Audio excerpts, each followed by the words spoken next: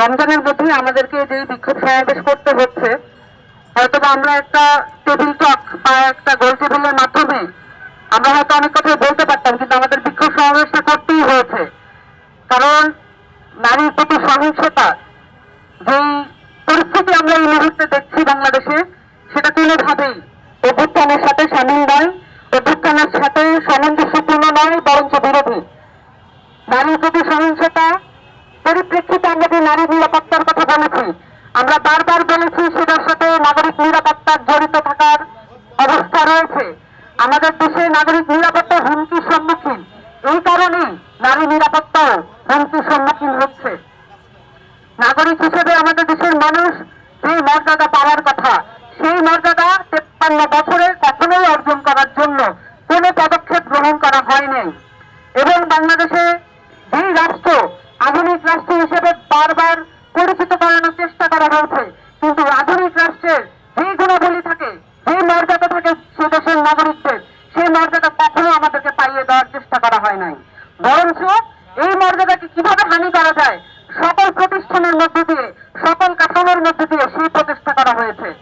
সেটার পরিপ্রেক্ষিতে আমরা যখন মাগুরায় 8 বছরের একটি নারী শিশুকে ধর্ষণের শিকার হতে দেখি, এবং সেটার পরিপ্রেক্ষিতে সেটার বিচার পাওয়ার জন্য আমাদেরকে এখনো রাস্তায় ছেটিয়ে মরতে হয়, সেটাই বলে যায় যে অভ্যুত্থানে যে ফ্যাসিস্ট কাঠামোর বিলোপের কথা আমরা বলেছিলাম, সেই ফ্যাসিস্ট কাঠামো এখনো বিলোপ হয় নাই।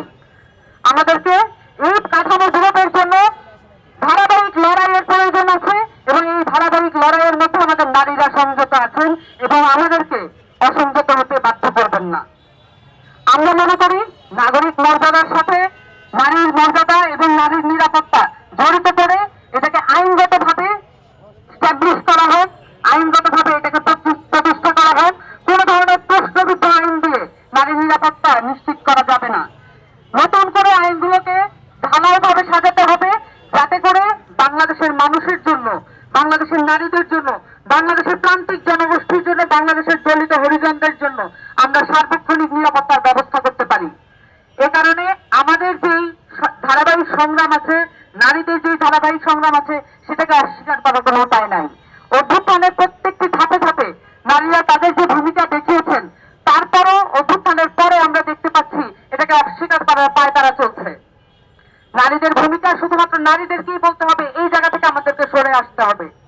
আমাদেরকে অবশ্যই দেখতে হবে আমাদের পুরুষ সহযোদ্ধারা এবং আমাদেরকে সহ নাগরিক যারা আছেন পুরুষ, তাদের জায়গা থেকে আমাদেরকে দেখতে পারতে হবে তারা কি ধরনের উদ্যোগ গ্রহণ করেন, এবং সেই সাথে রাষ্ট্রীয় কাঠামোর জায়গা থেকে আমাদেরকে সজাগ এবং সচেষ্ট থাকতে হবে, যাতে এই কাঠামো আমাদের সাথে প্রতারণামূলক আর কোনো আচরণ করতে না পারে। এবং সেই সাথে আমরা আমাদের এই রাষ্ট্র পুনর্গঠনের যে স্বপ্ন দেখতে চাচ্ছি, সেই সাথে এখানে যে রাজনৈতিক জায়গাগুলো আছে, নারীদেরকে এখানে নেতৃত্ব হিসেবে উঠে আসার জন্য, ঘুরে দাঁড়ানোর জন্য যে জায়গাগুলো করে দেওয়া প্রয়োজন, সেটা পুরো উল্টো দিকে পুরো রাজনৈতিক কাঠামো চলছে, পুরো রাজনৈতিক সিস্টেম এটার উল্টো দিকে চলছে। আমাদের নারী নেতৃত্ব তৈরি করার জন্য সংরক্ষিত আসন কোন ধরনের ভূমিকা রাখবে না।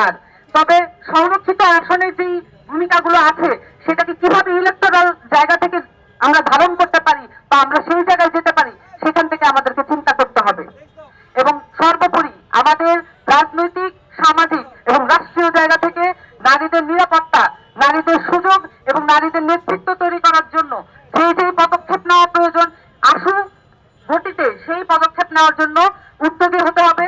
এখানে যে নারী কমিশন গঠন করা হয়েছে, আমরা দ্রুততম সময়ের মধ্যে নারী কমিশনের প্রপোজাল গুলো দেখতে চাই, এবং সেই সাথে নারী কমিশনে যাতে রাজনৈতিক দলগুলোর প্রপোজাল আমরা ওপেনলি দেখতে চাই, যে নারীদের প্রতি তাদের